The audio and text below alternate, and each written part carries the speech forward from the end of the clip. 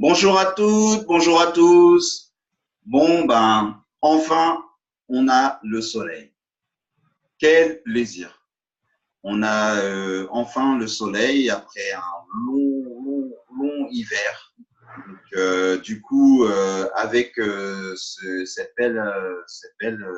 beau temps et cette belle humeur, je reviens vers vous avec une très jolie interview avec une personne dont la spécialité n'a pas été encore interviewée pour l'instant, c'est l'ostéopathie. Donc, on va pouvoir savoir un petit peu mieux quelle est cette profession et puis savoir en quoi l'alimentation peut dans l'ostéopathie avoir des conséquences positives ou négatives. Donc, voilà, j'ai trouvé une personne dans le sud qui s'appelle Clément et elle va pouvoir nous expliquer un petit peu l'ostéopathie et expliquer aussi ce qu'elle a pu observer auprès de ses patients. Voilà. Ok, ben, on me voit, là, ça y est. Yes. Bonjour à tous. Bonjour Jean-Marie. Déjà, je pense que je vais me présenter. Donc, moi, c'est Clément Coquel.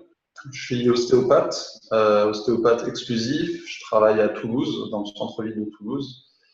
Voilà, donc j'ai fait des études d'ostéopathie en 6 ans, école sérieuse, très bonne école d'ailleurs, avec un enseignement au top. Donc, des enseignants au top. Voilà, donc, je leur rends hommage d'ailleurs là-dessus. Voilà.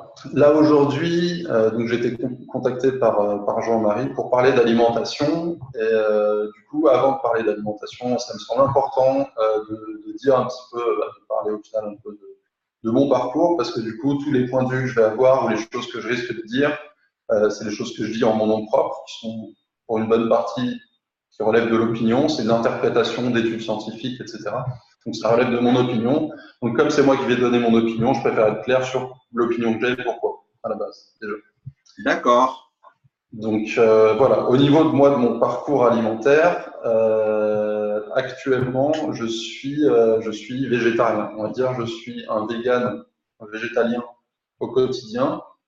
Et de temps en temps, je consomme, je sais pas, quelque chose où il y a des œufs ou quelque chose où il peut y avoir du lait ou du fromage. Voilà, donc en gros, je suis au quotidien végétalien, donc je ne consomme pas de produits issus des animaux, donc pas de viande, pas de poisson, pas de viande rouge, pas de viande blanche, pas d'œufs, pas de lait. Et de temps en temps, voilà, je me permets une petite incartade où je consomme du lait, parfois des œufs, voilà, de temps en temps. Assez rarement, mais ça arrive. Mais du coup, ce que je vais dire, ce sera fortement impacté par ça. Donc, pourquoi je me suis passionné, pourquoi je me suis intéressé à la nutrition et à l'alimentation. En fait, moi, je vais manger de la viande pendant les 25 premières années de ma vie. J'étais un énorme consommateur de viande, j'en mangeais beaucoup. Je faisais pas vraiment attention à ce que je mangeais. Et j'ai toujours aimé bien manger. J'ai toujours aimé ça, ça compte pour moi. Voilà, j'ai grandi dans cette culture-là. Donc du coup, un jour, j'ai été un petit peu chamboulé. J'ai regardé un documentaire particulier qui s'appelle Earthlings, terrien. Donc j'ai vu ce documentaire-là, c'était il y a 3 ans et demi, et du jour au lendemain, je me suis dit, ok, en fait, je peux pas continuer à manger de la viande, c'est plus possible, voilà. Donc du coup, j'ai arrêté du jour au lendemain de manger de la viande pour des raisons totalement éthiques. Donc là, il n'y avait pas du tout de raison nutritionnelle, de raison santé. C'était vraiment complètement éthique. Mais, mine de rien, j'étais en école d'ostéopathie, je travaillais dans le domaine de la santé, c'était un peu mon objectif au bout d'un moment de travailler sur la santé des gens. Du coup, moi, je ne pouvais pas rester en me disant je vais arrêter de manger de la viande si je ne pouvais pas avoir comme une réponse à la question est-ce que ça va me compromettre ma santé. Donc, du coup, j'ai fait, à partir de ce moment-là, il y a 3 ans et demi, beaucoup de recherches, de plus en plus de recherches sur, en gros, ce qu'on peut être vegan et en bonne santé. Et du coup, voilà, moi, mes recherches, elles m'ont mené à la conclusion, donc assez rapidement, mine de rien, sans mentir, la conclusion que oui, bien évidemment, on peut être en bonne santé en étant vegan, mais du coup, voilà, tout ce qu'on va se dire aujourd'hui, ce sera avec cette empreinte-là qui est mon avis, ma personne, ma personnalité. Voilà. Non, mais c'est très intéressant parce qu'on avait eu le témoignage d'un végétarien. Là, maintenant, on a pu faire le tour avec justement ton témoignage en tant que végétalien. Et donc, je sais combien je me bats pour avoir un témoignage de végétalien. J'arrive pas encore à avoir beaucoup de retours. Alors, est-ce que tu pèses tes aliments? Comment tu fais pour être sûr de ton équilibre alimentaire? Comment tu fais, du coup, pour être sûr d'avoir une alimentation équilibrée? Alors, pour avoir une alimentation équilibrée, en gros, du coup, pour avoir une alimentation saine, végane, moi, il se trouve que je suis, mine de rien, je suis à Toulouse, je suis en France. Je suis pas dans la misère, je peux me permettre de manger, j'ai accès à plein de, en gros, profusion de nourriture. J'ai un mode de vie occidental, je ne mens pas là-dessus.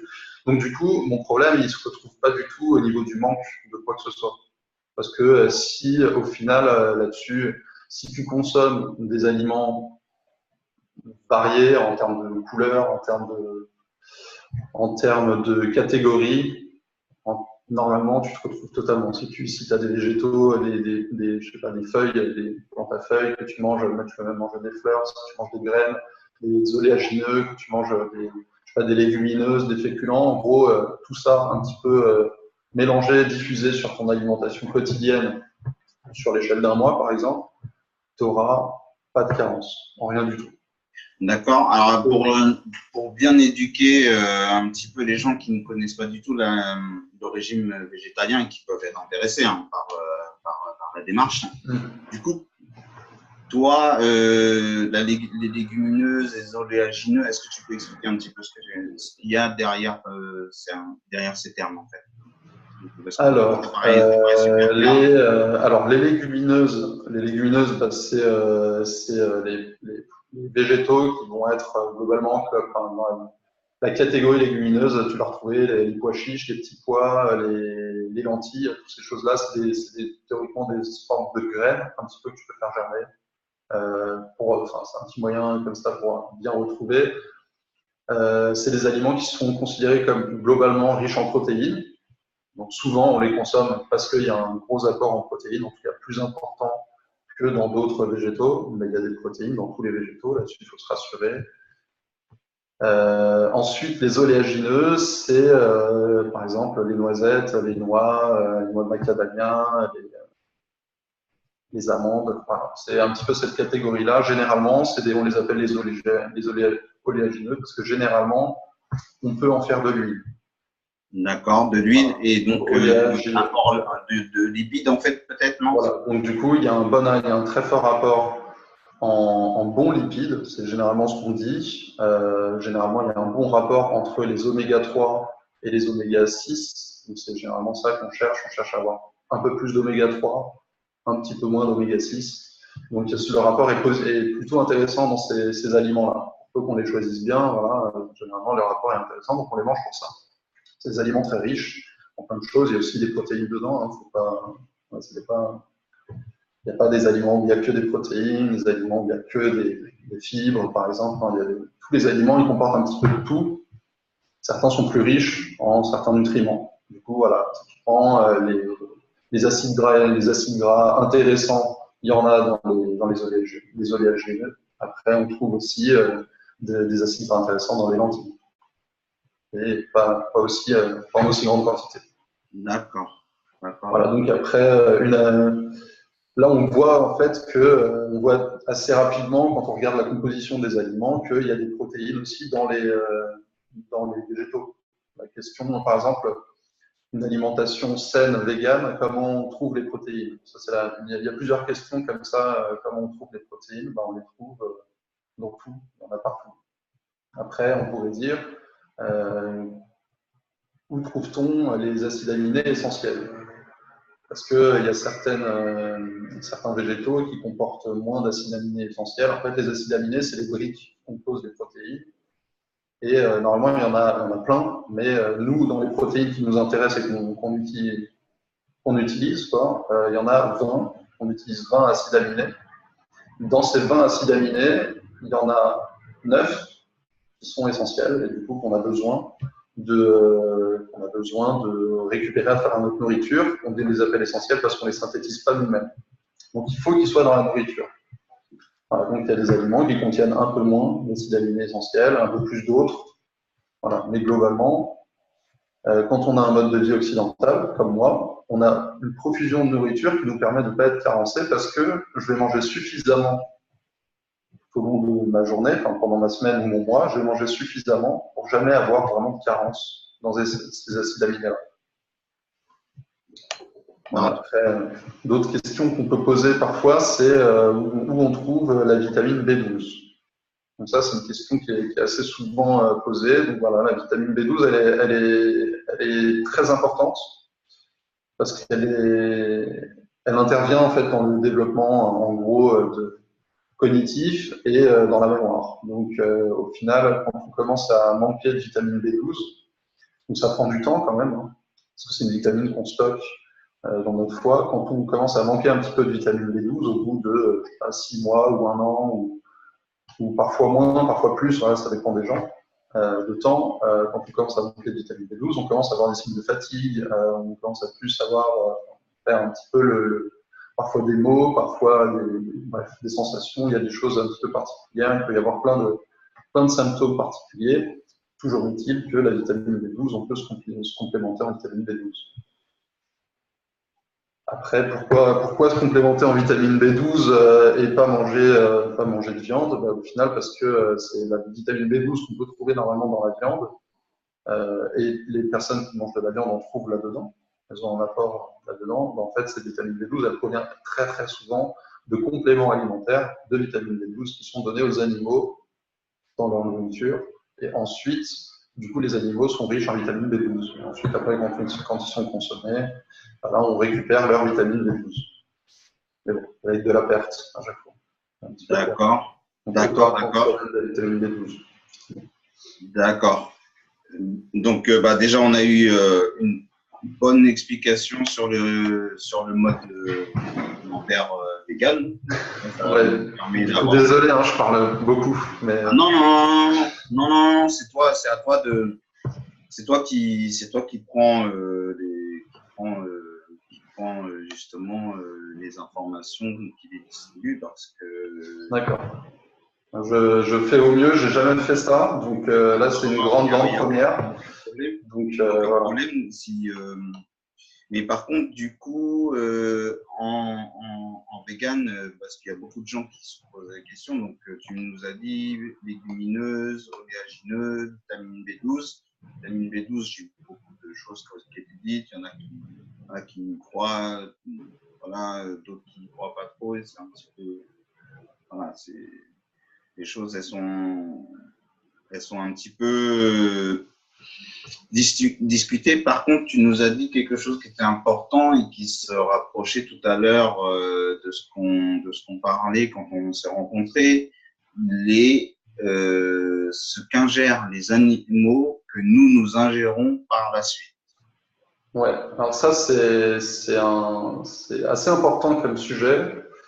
Alors juste, je reviens très brièvement sur vitamine B12. Pour moi, il n'y a pas de débat, on y croit ou on n'y croit pas. Hein. La vitamine B12, c'est une vitamine, c'est strictement avéré qu'elle est essentielle pour plein de raisons. Donc, il en faut. Voilà, là-dessus, je ne fais pas dans le détail, il en faut. Après, on peut décider de s'en procurer autrement, comme en mangeant un animal qui en a mangé, au final. Donc, on a été complémentaires. Donc du coup, excuse-moi du coup avec la digression, tu me disais, est-ce que mangent les animaux du coup ? Petite transition, petit pont. Effectivement, est-ce que mangent les animaux ? Donc ça c'est crucial aussi de faire attention à ce que mangent les animaux. Fréquemment en France, une personne qui va manger de la viande mange pas forcément de la viande ni bio, ni local, ni dont il connaît le producteur, Donc déjà, là, ça pose plein de questions qui sont un peu autres que nutritionnelles.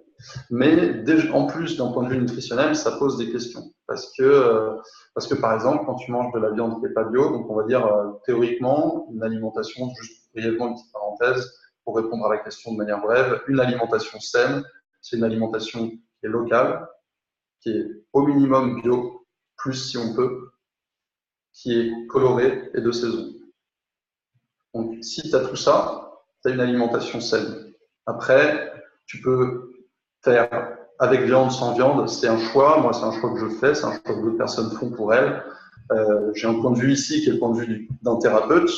Donc, moi, quand je donne des conseils, par exemple, à certains patients de diminuer leur consommation de viande, ça n'a aucun rapport avec, à ce moment-là, quand je donne ce conseil, avec de l'éthique. C'est strictement pour leur santé, parce qu'ils ont des inflammations, etc. Bref.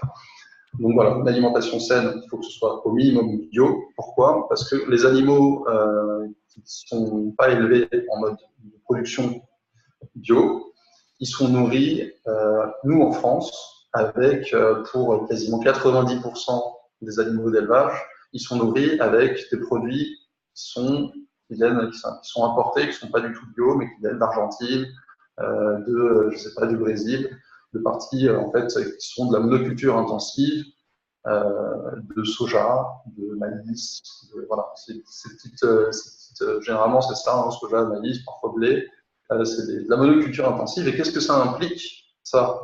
La monoculture intensive, ça implique l'utilisation d'engrais et de pesticides. Donc en gros, ça nécessite l'utilisation de produits chimiques. Ces produits chimiques, il faut bien avoir conscience qu'ils ne sont pas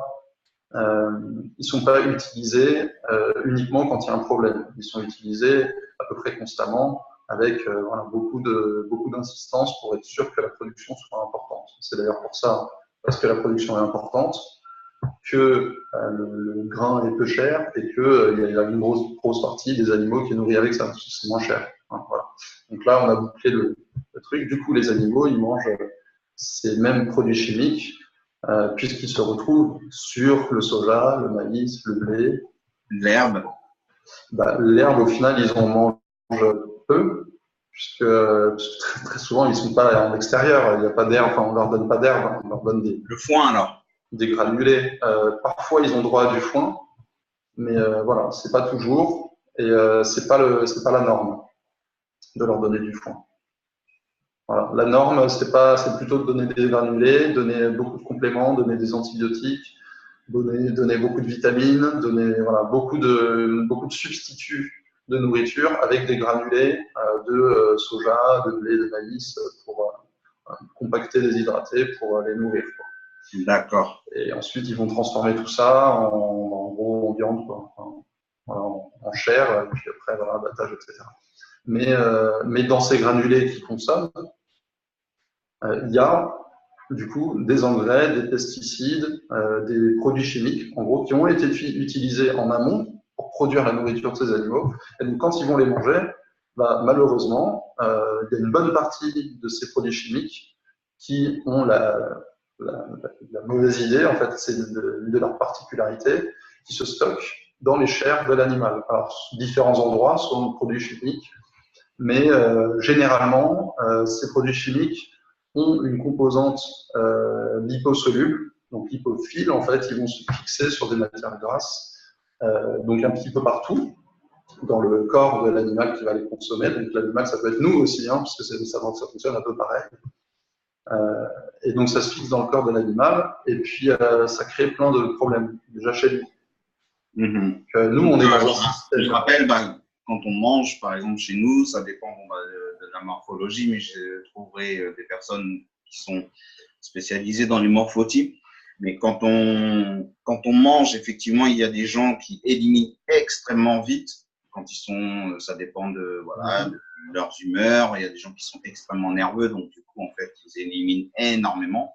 Et il y a des gens qui, malheureusement, n'éliminent pas. Et donc, ceux qui mangent, ça part dans la poche gauche du ventre, poche droite du ventre, dans les fesses, dans les cuisses, voilà. Et donc, du coup, Pour les animaux, c'est exactement pareil, c'est ce qu'expliquait Clément.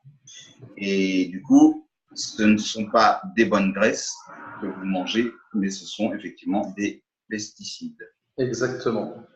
Exactement. Donc ces pesticides, on les retrouve à tous les niveaux dans une alimentation qui n'est pas bio. On les retrouve aussi dans l'alimentation bio, faut pas croire, mais il y en a quand même beaucoup moins. Donc beaucoup moins, en gros c'est de l'ordre de 4 fois moins, à peu près. C'est à peu près ça l'ordre d'idée. Donc mine de rien, 4 fois moins, même si c'est pas énorme. Dans l'idée, on pourrait se dire, ouais, il y en a 100 fois moins, c'est bien mieux. 4 fois moins, c'est quand même pas mal, ça se prend. Surtout quand on parle de santé, quand on parle d'un comportement qui est aussi quotidien que de manger. Donc là, c'est vraiment important. Quand c'est quelque chose, il y a des personnes qui mangent 3 fois par jour. Quand on mange 3 repas par jour, c'est extrêmement important que ces repas soient d'une qualité importante, ou au moins que ce ne soient pas des repas qui fassent tomber malade.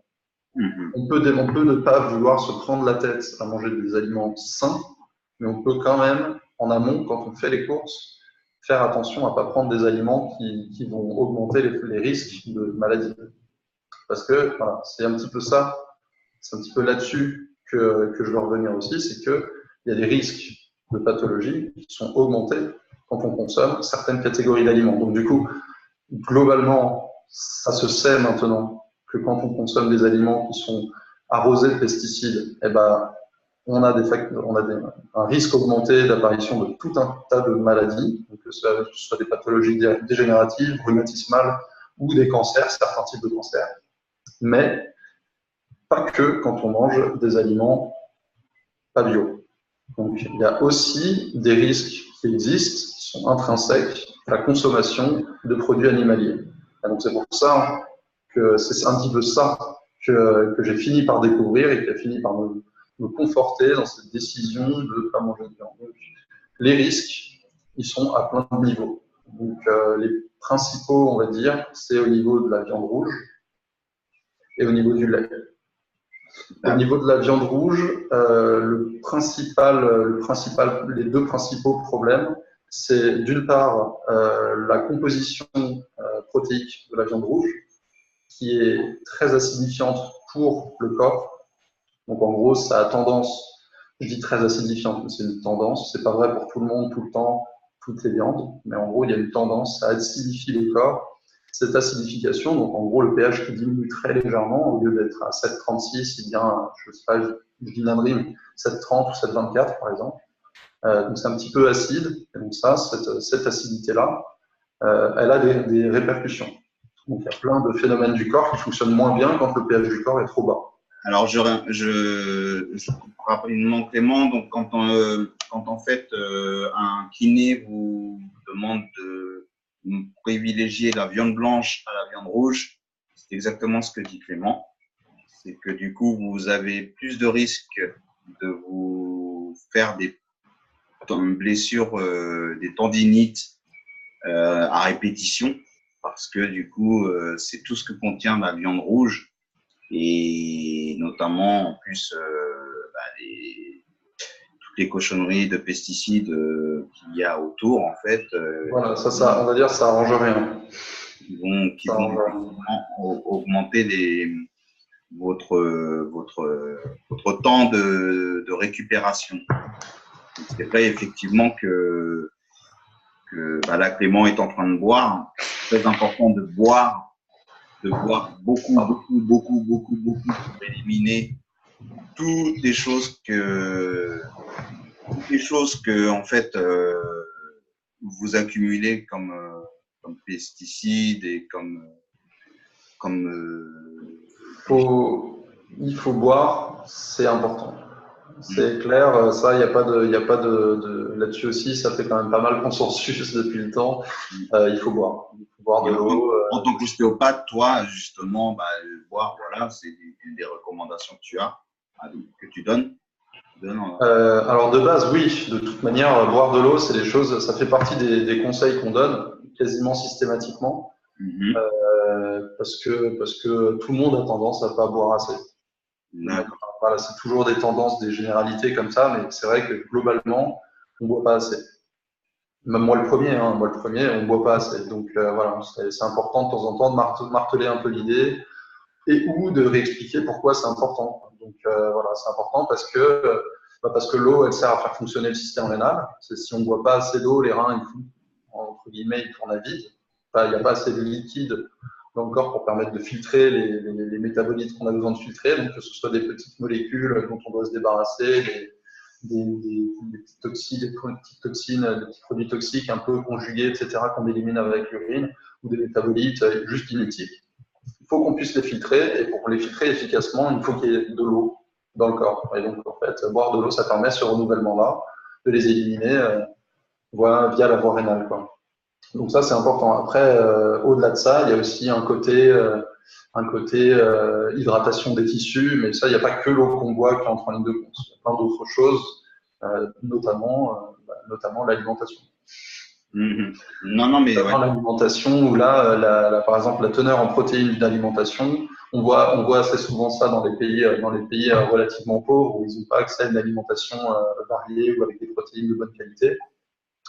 Parfois, voilà, ils sont en état de dénutrition avancé, et donc cet état-là, outre les carences, il y a des problèmes de régulation des compartiments d'eau du corps parce qu'il manque de protéines. Voilà, donc ça, c'est important aussi l'alimentation pour réguler le taux d'hydratation du corps. Voilà, l'équilibre entre les différents compartiments du corps qui contiennent de l'eau, quoi. Donc, pour ça aussi, c'est important d'avoir une alimentation un petit peu jaugée, quoi. Et sans partir du coup trop sur l'alimentation, tu parlais tout à l'heure du lait. Tu as fait des recherches et c'est important quand même qu'on en parle. Oui, tout à fait. Alors, je sais pas, on est à combien de temps là d'interview? Parce que le temps passe vite et je parle beaucoup, j'ai beaucoup de choses à dire. Non, mais ça t'inquiète pas, je vois à peu près dans ma tête. D'accord. D'accord. Alors, juste pour revenir brièvement sur la viande rouge, il y avait d'un côté le fait que ça acidifie et de l'autre côté, il y a la question du fer. Ça, c'est aussi une grosse question qui est posée souvent aux végétariens, aux végétaliens, aux véganes. La question du fer, est-ce qu'on trouve assez de fer dans une alimentation qui n'a pas de viande? Oui, déjà oui, on en trouve suffisamment, il n'y a pas de souci. Mais ensuite, quel est le problème? S'il devait y avoir un problème avec le fer qu'on trouve dans les animaux. Donc en fait, le fer qu'on trouve dans les animaux, c'est le fer héminique, qu'on appelle héminique. En fait, c'est quand il y a un fer qui se trouve dans une certaine configuration moléculaire qu'on appelle un M, H, E accent grave, ME, c'est un M à manger. C'est le fer au milieu, et le fer sous cette forme-là, on l'assimile très bien. On l'assimile tellement bien que quand on consomme beaucoup de viande rouge, donc dans une pièce de viande rouge, sur le fer total qu'il doit y avoir, il doit y avoir à peu près presque moitié-moitié entre fer héminique et fer libre, enfin fer non héminique. Et donc en fait, le fer héminique, peut-être un peu moins de 50%, le fer héminique, on absorbe toujours 25% de ce qu'il y a. Donc du coup, on en absorbe une énorme quantité, mine de rien, quand on consomme beaucoup de viande rouge. Le fer non héminique, là, il y a un jeu de régulation qui est assez fin, qui se fait en fonction de est-ce qu'on en a besoin ou pas. Et donc là, on peut faire varier l'absorption de fer. Mais du coup, le problème, c'est que le fer, quand on en a trop, il se passe des réactions particulières dans le corps, des réactions chimiques, notamment des réactions assez basiques, comme vous pouvez le voir au lycée. Il y a la formation de radicaux libres. En fait, dans notre corps, il a, pour certaines réactions chimiques particulières, il a besoin de produire de l'eau oxygénée, H2O2. Et il se trouve que malheureusement, quand il y a beaucoup de fer présent dans le corps, parce qu'on en a absorbé beaucoup, parce qu'on a consommé beaucoup de fer héminique, et là, il n'y a pas de régulation, en fait, à ce moment-là, il y a la possibilité de réaction entre du fer et de l'eau oxygénée. Et cette réaction, elle entraîne la formation d'eau et d'un radical libre, donc en fait, une molécule de OH où il y a un électron qui est parti. Donc en fait, il manque un électron. Alors, pour les gens qui ne sont pas scientifiques, radical libre ou radicaux libres. Alors les radicaux libres. On appelle radicaux libres toutes les molécules qui globalement peuvent interagir avec, avec des électrons qui seraient déjà présents sur d'autres molécules. Donc, en substance, ce que ça veut dire, ce qui se passe généralement, c'est que les radicaux libres ils vont être responsables de réactions avec souvent de l'oxygène. Et en fait, ça va permettre d'oxyder certaines parties de molécules, donc que ce soit une molécule qui est présente dans la membrane d'une cellule ou que ce soit une molécule qui soit présente dans le noyau d'une cellule ou de son ADN. Et donc, en fait, les radicaux libres ils sont directement concernés dans la formation de cellules cancéreuses. Ok. Pour faire simple, ils sont directement concernés. Donc, plus on ingère de molécules qui vont être responsables de la formation de radicaux libres, plus on a un risque de cancer qui est augmenté parce qu'on a un risque augmenté d'interaction entre des radicaux libres et notre ADN, et que du coup, ça crée une cellule où, pas de chance, l'ADN est modifié d'une manière qui fait de cette cellule une cellule cancéreuse. Donc évidemment, il y a des types de cancers qui sont plus facilement, qui vont avoir plus facilement tendance à apparaître. Donc là, exemple, c'est les cancers de la prostate ou les cancers colorectaux. Donc, on connaît bien, ou le cancer du sein pour les femmes, par exemple. Ces cancers-là, ils sont directement reliés à la consommation de fer et à la consommation de viande rouge. C'est-à-dire que la consommation de viande rouge augmente directement le risque de cancer colorectal, de cancer du sein, de cancer de la prostate. Et pour les gens qui donc sont très intéressés par ce que tu dis, ils peuvent regarder des sources tu as eu des sources sur certains sites particuliers, tu peux… Alors oui, tout à fait. Alors moi, j'invite les gens qui sont un peu intéressés par de manière générale par l'alimentation à aller voir les conférences. On les trouve assez facilement sur YouTube. Les conférences d'un professeur qui s'appelle Massimo Nespolo. C'est un professeur de cristallographie, non, je ne sais plus, ouais, de minéralogie et de cristallographie. J'ai une petite anti-sèche là sur le côté. C'est un professeur de minéralogie et de cristallographie à l'Université de Lorraine. Et voilà, il est passionné de nutrition. Et voilà, donc il fait des conférences qu'on trouve sur YouTube, par exemple. Et dans ces conférences, il parle notamment de tout ce que je dis là. Voilà, moi, c'est vraiment de la paraphrase. Parfois, ça va même être mal paraphrasé. D'ailleurs, je m'en excuse. Mais tout ce que je dis là, ça se retrouve dans ces conférences avec des sources, parce qu'il cite ces sources. Et ces sources, c'est soit des rapports officiels émis par des comités scientifiques indépendants. Donc, par exemple, le rapport de l'OMS, je ne sais plus l'année, je ne sais plus en quelle année il est sorti. Mais du coup, c'est le rapport de l'OMS, je ne me souviens plus de l'année. Donc là, on trouve plein de liens entre le lait, l'ostéoporose, etc. Donc ça, on va y revenir dans quelques minutes. Soit des rapports comme ça, soit des études. Ou c'est des études, mais du coup, c'est des études qui ont été publiées dans des revues scientifiques à comité de lecture. Donc comment ça fonctionne? Il y a des scientifiques qui font de la recherche, ils vont soumettre leur article à d'autres scientifiques, mais ils ne savent pas à qui ils les soumettent. Les scientifiques qui vont relire tout ça ne savent pas qui a écrit l'article. Et une fois qu'ils ont lu l'article, ils doivent dire si, selon eux, l'article est viable. En gros, est-ce que la méthode d'expérimentation ou de recherche ou d'analyse et les résultats et les conclusions sont concordants? Est-ce qu'il y a une logique?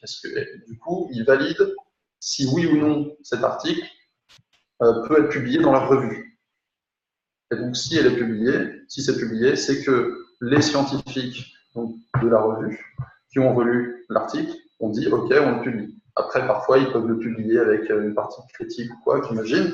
Mais en tout cas, c'est des articles qui sont des articles indépendants, écrits par des personnes indépendantes et dans des revues à comité de lecture. Donc ça, c'est quand même un gros gage de qualité. Donc, ce qui n'est pas tout à fait le cas, par exemple. Donc là-dessus, vous verrez si vous allez voir la conférence de Massimo Nespolo. Ce n'est pas tout à fait le cas, par exemple, des recommandations du Plan National Nutrition Santé, le PNNS, qu'on retrouve sur le site Manger Bouger. Voilà, donc sur Manger Bouger, il n'y a pas de sources qui sont citées, et quand elles sont citées, si elles le sont, ce ne sont pas des sources indépendantes ou alors elles sont contestables. Donc attention, c'est pas parce qu'il y a national dans le nom que c'est sérieux. Alors, je fais la petite aparté et la petite transition. Donc Clément, je l'ai contacté également parce que à la base j'avais interviewé Jérémy Mercier. Donc je vous invite à revenir en arrière sur l'interview de Jérémy Mercier sur les zones bleues. Les zones bleues, donc c'est les endroits où l'espérance de vie est la plus longue au monde. Et il n'y a pas d'explication scientifique pour le moment. Il y a beaucoup de scientifiques qui se sont penchés sur le sujet, mais il n'y a pas d'explication scientifique. Personne n'est capable de dire pour qui ou pourquoi les gens qui vivent dans ces endroits-là ont une expérience de vie qui est largement plus longue que en Europe, en Norvège, aux États-Unis. Et là, dernièrement, en fait, Jérémy Mercier a expliqué qu'il avait été à Okinawa, que Okinawa s'était légèrement occidentalisé et avait laissé place à un petit peu plus de junk food et de malbouffe. Et il y a des nouvelles maladies qui apparaissent, notamment celle de l'ostéoporose. J'ai entendu ostéoporose, du coup j'ai pensé ostéopathe, et donc du coup je me suis dit je vais discuter et parler avec une personne qui est ostéopathe, et là du coup Clément va pouvoir légèrement nous parler du lien en fait entre ostéoporose et ostéopathe, savoir si j'avais vraiment raison de penser directement à l'ostéopathie ou pas. En fait. Voilà. Alors oui, alors du coup, ça, c'est un gros sujet. Moi aussi, je l'ai vu, cette interview de Jérémy Mercier, je l'ai trouvé vraiment, vraiment top. Vraiment super. Je ne connaissais même pas les zones bleues avant de voir l'interview et ça m'a semblé en fait très intéressant. Je me suis dit, bon. Bref, du coup, ça m'a passionné. Et oui, alors du coup, il n'y a effectivement pas, pour l'instant, c'est le sentiment que j'en ai eu, mais ce sera à vérifier. Pour l'instant, il n'y a pas de certitude quant à la cause qui ferait que dans les zones bleues, les personnes vivent plus longtemps. Mais Jérémy Mercier, il a quand même une vague idée de qu'est-ce qui pourrait être la cause, qu'est-ce qui pourrait être lié. En gros, il y a un facteur globalement qui se retrouve dans chaque zone bleue, c'est l'alimentation. Ils ont une alimentation qui est très végétale, voire souvent végétarienne, voire végane. Bon. Moi, je pense que c'est pas pour rien. Je pense que c'est pas pour rien. Après, du coup, par rapport à Okinawa, où justement il y a une augmentation du nombre de cas d'ostéoporose, de la fréquence d'apparition d'ostéoporose, là depuis 10-15 ans, effectivement, il y a fort à parier que ce soit lié à l'arrivée de la junk food et la consommation de produits laitiers. Parce que culturellement, l'alimentation nippone, avant son occidentalisation, avait très peu de lait. Il y avait très très peu de lait, c'était pas très lacté, pas de fromage ou quoi. Donc du coup, il y a moyen de se dire que c'est lié à la consommation de lait. Donc c'est ce que certains chercheurs se sont assez rapidement posé comme question. Et au niveau des réponses qu'ils ont trouvées, qu'il y avait quand même d'une part, l'absence de bénéfices à trouver dans la consommation de lait. Donc, c'est-à-dire que quand on nous dit, par exemple, pour citer une phrase très connue, les produits laitiers sont nos amis pour la vie, comme il n'y a pas de bénéfices à tirer des produits laitiers, déjà, c'est pas forcément des amis, ça peut être à la limite des connaissances, dans l'idée, quoi, des personnes qu'on voit de loin. Mais c'est pas forcément des amis. Après, il y a d'autres études encore qui ont montré que les produits laitiers étaient responsables d'une augmentation du risque de tout un tas de pathologies, avec en tête l'ostéoporose et certains types de cancers, voilà, dont le cancer du sein et pareil, le cancer colorectal. Donc voilà, tout ça, tout ça va plus ou moins dans le sens, ou au moins peut justifier qu'on se pose la question, est-ce que manger des produits laitiers ou boire du lait, ou manger du fromage, des yaourts, du fromage, est-ce que tout ça, c'est… Sachant qu'on est dans un pays où le fromage a une part très, très importante, donc du coup, c'est assez… voilà. Mais je suis entièrement d'accord. Moi, je suis entièrement d'accord, mais voilà, le questionnement n'est peut-être pas sur est-ce qu'on doit en consommer ou pas, c'est est-ce que ça doit faire partie d'une alimentation équilibrée ou pas. Le gros sujet, il est là. C'est-à-dire que est-ce qu'on veut consommer du fromage 4 fois par jour et 40 ans plus tard, faire de l'ostéoporose et ou déclarer un cancer parce que du coup, on a joué avec ce facteur de risque pendant aussi longtemps, ou est-ce qu'on préfère avoir une alimentation qui, au quotidien, est très équilibrée, en gros, une alimentation santé au quotidien, où on va chercher à éliminer différents facteurs de risque, parce que mine de rien, au-delà du fait qu'on en meurt, avant qu'on en meure, c'est quand même horrible comme moment dans une vie. Donc voilà, écarter les facteurs de risque, c'est quand même pas stupide pour éviter ça. Et on va rappeler donc l'ostéoporose, parce que toi, toi, tu vas pouvoir bien définir, voilà, Oui. un terme simple. Ouais. Alors oui, donc l'ostéoporose, qu'est-ce que c'est? L'ostéoporose, en gros, c'est une déminéralisation osseuse. En gros, normalement, les os, ils sont composés en gros, de calcium, de cristaux d'hydroxyapatite. Donc, en gros, c'est du phosphate de calcium. Et c'est ce qui les rend durs. Donc, il n'y a pas que ça, il y a aussi des cellules dedans qui servent à créer de l'os, soit on dit le résorber, donc le manger, en gros, et du coup, il y a toujours un jeu de création, résorption comme ça osseuse. Et donc, c'est là que va se jouer la régulation de notre calcémie, donc de notre quantité de calcium circulant, libre. Mais voilà, donc les os, ils sont composés de calcium, et quand on en perd trop, du calcium de nos os, les os deviennent moins solides, forcément. Hein. C'est comme si vous prenez un mur, vous enlevez une brique, c'est comme au Jenga, hein, vous enlevez une brique, ça tient, 2 briques, ça peut tenir encore, 3, 4, ok. Après, si vous commencez à avoir enlevé 35% des briques, votre mur il va commencer à être plus sensible au coup de vent. Quoi. Donc là-dessus, c'est un petit peu ça le débat, enfin l'idée sur les produits laitiers, c'est que voilà, les produits laitiers, maintenant, c'est relativement prouvé. Peut-être que c'est pas encore assez médiatisé, mais en tout cas, c'est prouvé que les produits laitiers ont tendance à réduire, en tout cas, la consommation excessive de produits laitiers. Je vais essayer de bien peser les mots. Et régulière, donc généralement quotidienne, a tendance à favoriser une déminéralisation osseuse avec le temps. Donc en gros, c'est un énorme facteur de risque pour l'ostéoporose. D'accord. L'ostéoporose, typiquement, puisque je crois que je ne l'ai pas bien défini, voilà, c'est quand vos os ils sont plus très bien minéralisés, ils deviennent très cassants. Donc typiquement… Déformés?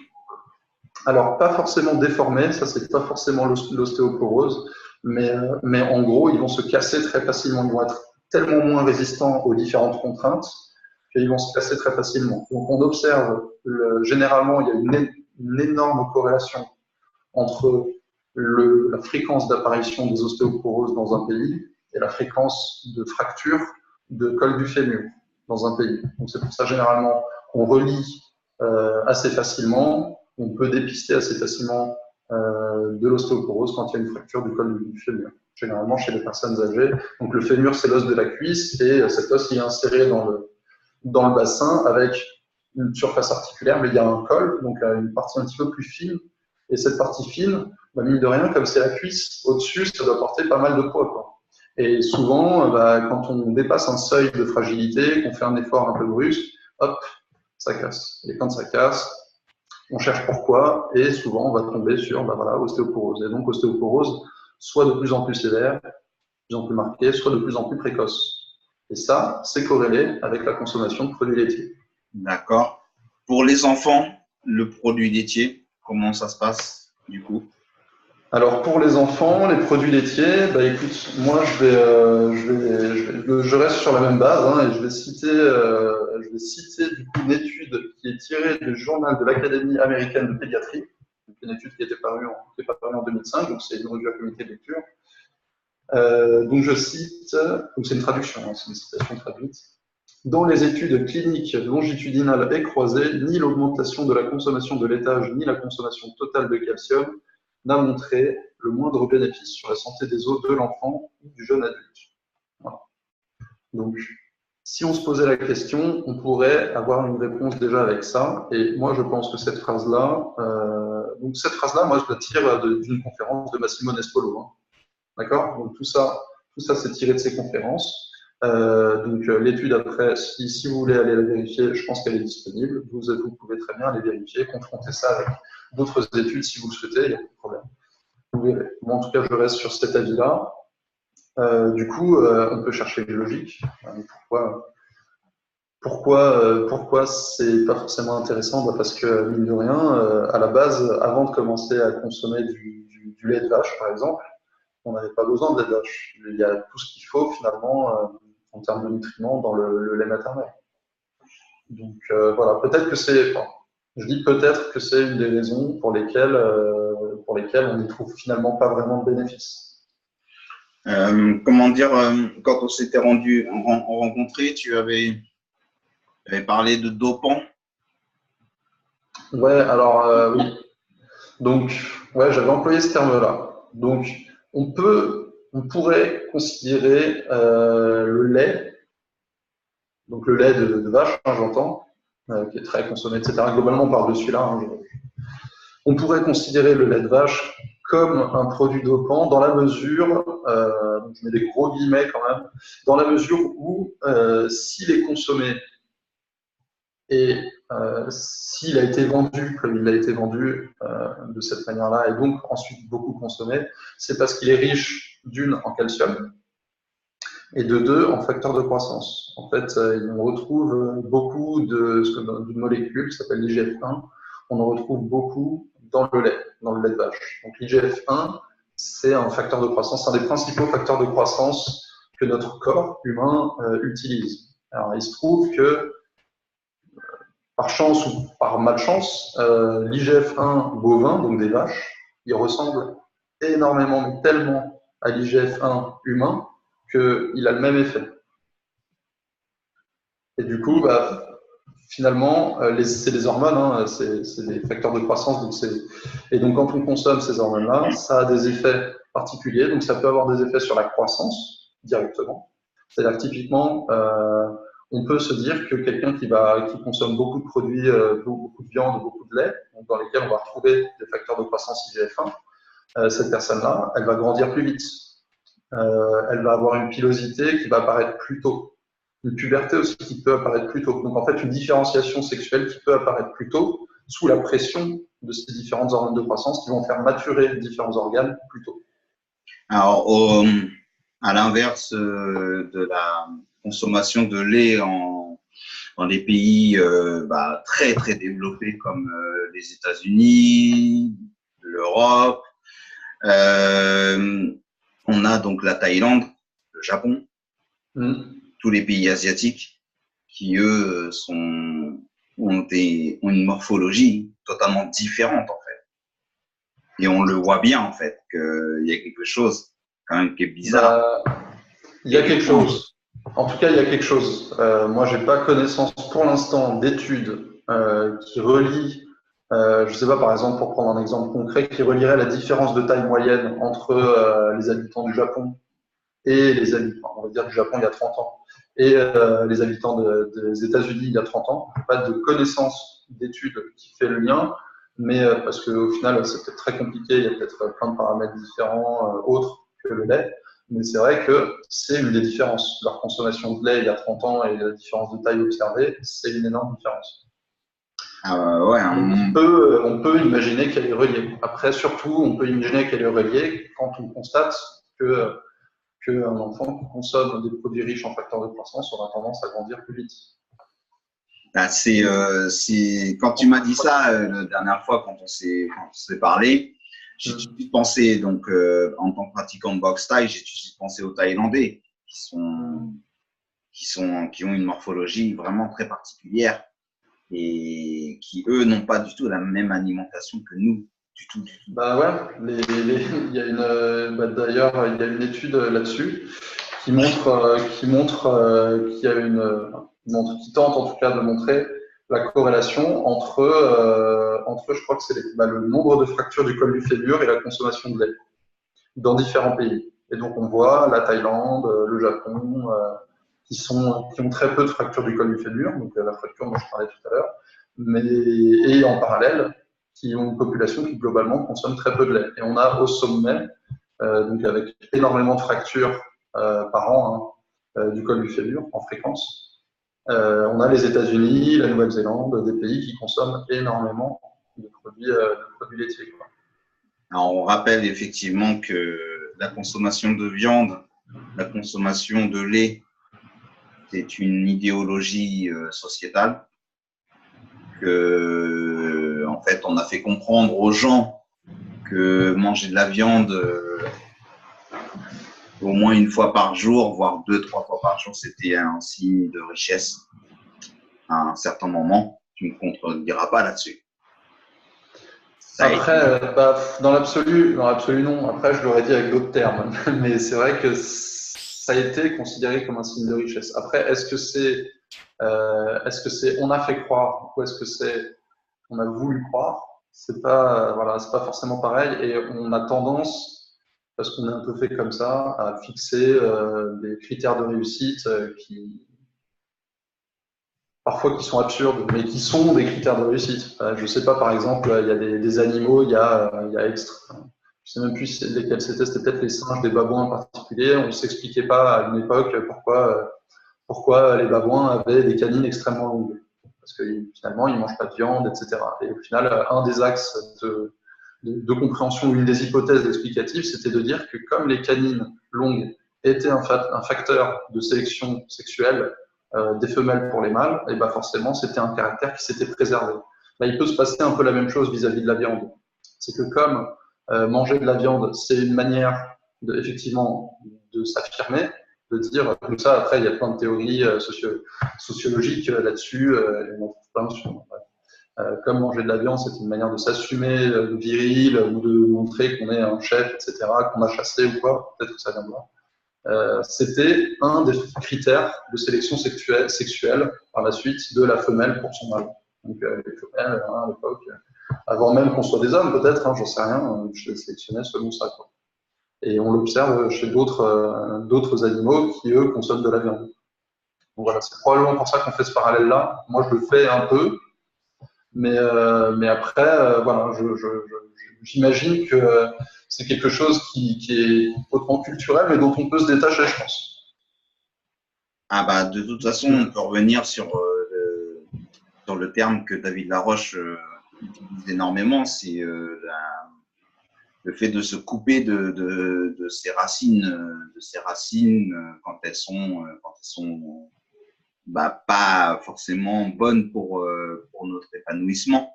Et donc, du coup, voilà, si effectivement on s'est rendu compte que dans notre éducation, il y a eu des choses qui n'allaient pas vers du positif, on arrête. Et puis, on essaie autre chose pour voir quel est l'effet. On rentre dans l'expérimentation, comme je reviens sur l'interview de Fabien Delcourt qui a expérimenté le jeûne, le régime paléo, il a expérimenté le mode vegan, il a expérimenté. Voilà, il faut expérimenter parce que c'est comme ça qu'on voit ce qui nous convient, comment on se sent mieux, comment on se sent moins fatigué à la journée. Ensuite, après, on sait quel mode alimentaire nous va le mieux et dans quoi on est dans quoi on ressent une alimentation saine et équilibrée. Voilà, moi, je suis complètement d'accord. Il faut expérimenter les choses et pas rester sur ce qu'on nous dit ou ce qu'on nous a appris. Typiquement, là, moi, ce que je dis aujourd'hui, je porte un discours, comme je le disais au début, j'ai une opinion. Mon discours, il porte une empreinte, parce que je me considère comme végétarien, voire vegan. Il porte une empreinte. Et ce discours-là, tout le monde devrait théoriquement le vérifier ensuite. Et tout le monde devrait se dire ah mais ça, comment ça fonctionne et ça, etc. Et se poser la question pour savoir si oui ou non c'est vrai ce que je dis. Parce que c'est trop facile de dire Clément Coquel l'a dit, donc c'est vrai. Enfin, moi je dis ça, je fais ça avec Massimo Despolo. Mais voilà, tout ça, ça se vérifie, tout se vérifie. Même toi-même, tout le monde peut vérifier ce qui se dit. Si vous n'avez pas un mode d'alimentation qui est vegan, eh ben, vous pouvez très bien entendre ce que je dis.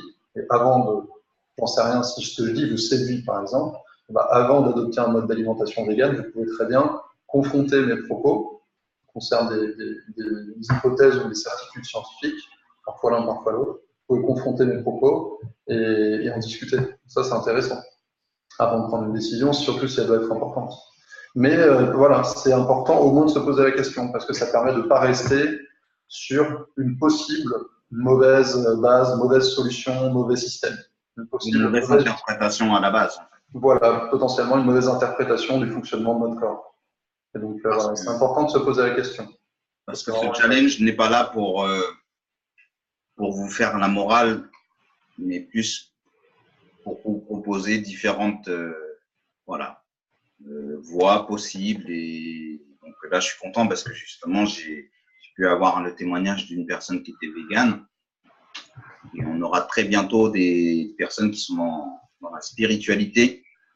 Donc, vegan, on va dire végétarien si on veut être hyper strict sur le terme. Moi, quand j'en parle moi tout seul, je dis vegan parce que j'ai une définition un peu élargie du truc comme Tobias Linhart. Mais après, voilà, dans les termes stricts, je suis plutôt végétarien parce que je mange de temps en temps des œufs. Et ça nous a permis déjà d'avoir parce que le témoignage qu'on a eu en végétarien, c'était une personne qui était adventiste. Et donc, du coup, elle nous expliquait effectivement les tenants et les aboutissants de l'adventisme. Pourquoi, en fait, il n'y avait pas de consommation de viande chez les végétariens et d'où ça venait. Et donc, on a pu aussi découvrir que derrière, effectivement, il n'y a pas que une idéologie, mais il y a aussi une croyance spirituelle. Donc, c'est pour ça que dans mon challenge, je vais aussi y intégrer un petit peu de spiritualité. En tout cas, en tant qu'ostéopathe, là, au jour d'aujourd'hui, du coup, tu donnes des conseils alimentaires un petit peu. Alors oui, en fait, ça m'arrive très fréquemment, du coup. Parce que, du coup, nous en ostéopathie, on a un regard sur nos patients qui est assez englobant, assez global. On cherche à connaître pas uniquement la douleur de la personne, donc pourquoi elle vient, on cherche à connaître un petit peu tout, un maximum de choses, pour comprendre qu'est-ce qui peut être responsable de près ou de loin, et après, du coup, sur quelle chose particulière on peut jouer.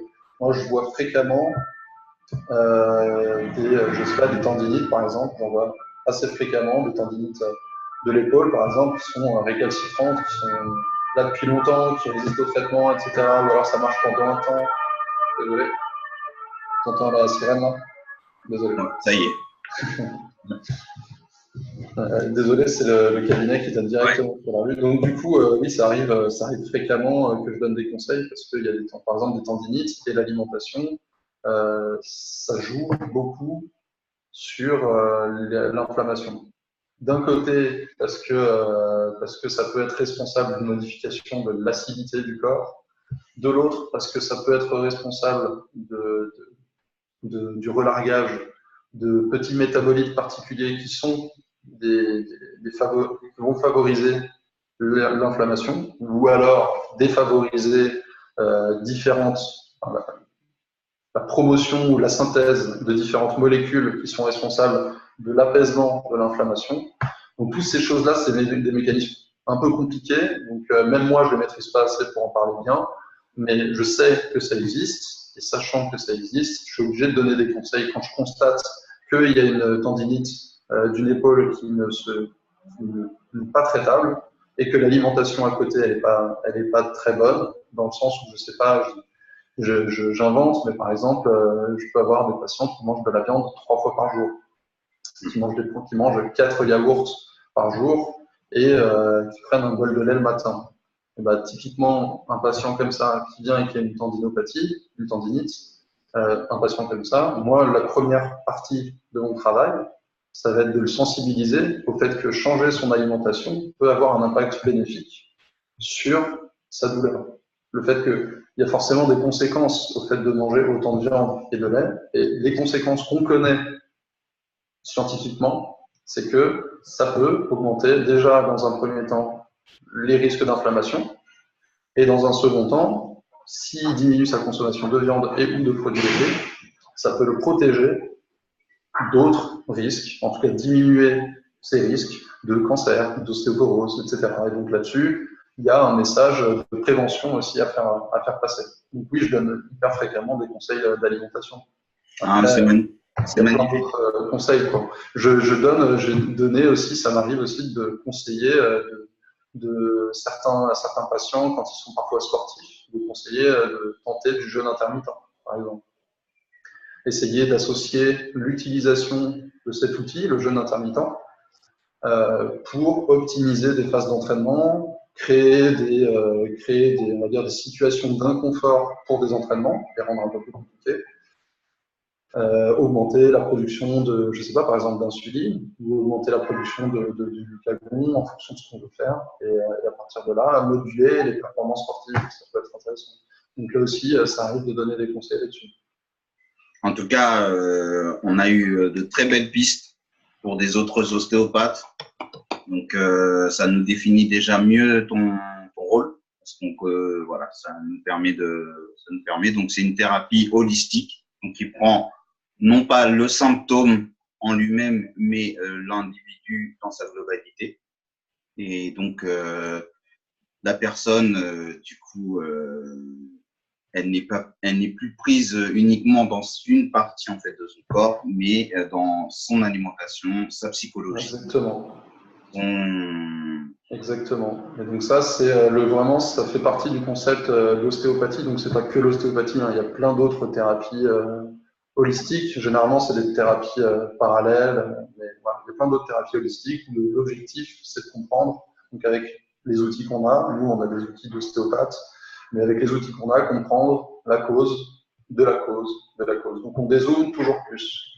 On essaie toujours de dézoomer plus, de voir de plus en plus global, comprendre de mieux en mieux ce qui se passe pour donner les meilleurs conseils. Parce que par exemple, si une personne qui a une tendinite de l'épaule vient me voir, que je fais de l'ostéopathie, que je donne aucun conseil alimentaire, que l'ostéopathie fonctionne très bien, sa douleur disparaît, mais que je n'ai pas donné de conseil alimentaire, j'ai fait un bon travail, mais de mon point de vue, il n'est pas forcément complet.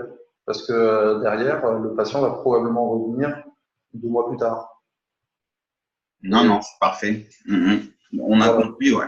Ouais. Si, mais c'est très bien. Mais je suis loin d'être le seul et du coup, j'espère que des collègues qui soient chiro, qui soient kiné, comme Fabien Delcourt, ou qui soient, peu importe les professions au final. On a tous un avis au final sur l'alimentation. Moi, le premier, d'ailleurs, c'est juste un avis. Hein. Si j'avançais des opinions comme des vérités comme ça, incriticables, je suis désolé, on peut discuter de tout. Voilà. Donc moi, c'était un avis, parfois bien argumenté, parfois moins bien. Non, mais c'est là, on a eu vraiment un interview vraiment bien argumenté, en plus c'est bien documenté, notamment sur la viande rouge. Je prends donc des gens qui pouvaient avoir des petites questions. Maintenant, ils vont pas pouvoir avoir un petit peu de matière. Donc pour eux, donc c'est vraiment très bien. Et donc, on connaît mieux l'ostéopathie, on va la connaître un peu mieux à force d'interviewer des gens. Donc, Clément Coquel, donc voilà, ton cabinet est à Toulouse. Voilà, mon cabinet est à Toulouse, dans le centre-ville. Je ne vais pas forcément donner Voilà, je suis à Jean Jaurès. Et puis, si jamais tu passes à Toulouse, bah, fais-moi un coucou. Voilà, non, mais il n'y a aucun problème. Mais c'est Mais voilà, dans l'absolu, moi, mon objectif, c'était surtout de donner un avis. Je n'ai pas spécialement de publicité à faire, mais voilà, je voulais vraiment donner un avis sur l'alimentation. d'accord. Ben, Voilà. non, mais au cas où il y a des gens qui trouvent que voilà, ils ont été particulièrement touchés ta, par ta présence et puis tes explications, qui se sentent bien et rassurés par rapport à ton intervention d'aujourd'hui. Voilà, Ils ont été séduits. ouais, ouais. Ouais. Mais voilà, donc là, c'est très important, c'est que même si un discours vous séduit, même le mien, vérifiez. Même si moi, je suis pas à l'abri de faire des erreurs, vérifiez ce que je dis. Et voilà, peut-être que ce que je dis, et peut-être que moi-même, je me trompe parfois, que je fais confiance à des études qui sont pas bonnes. Donc tout est à vérifier. Après, il faut un peu de méthode, c'est pas toujours évident, mais voilà, tout est à vérifier, même ce que je dis moi. Voilà. Vérifiez tout et ensuite prenez des décisions. Ouais, en tout cas, ben, un grand merci pour ta disponibilité d'aujourd'hui. Et ben, de rien, c'était un plaisir. Tout ce que tu nous as donné, on va repartir avec un bagage, réétudier. Et puis, donc, comme d'habitude, donc, pour nous, le passage à l'action, il est toujours le même. Jean-Marie Le Riche-Lalouse, vous avez des questions, vous avez des sujets que vous souhaitez traiter, vous m'écrivez sur mon Facebook. J'ai un Facebook pro au jour d'aujourd'hui, c'est mon conseiller nutritionnel, vous m'écrivez. Vous cochez le petit cas, un rectangle en bas, c'est écrit s'abonner. Voilà. Vous avez été touché par l'intervention de Clément et vous pouvez toujours en savoir plus sur l'alimentation saine et comment aller de plus en plus vite. Et vous téléchargez mon livre.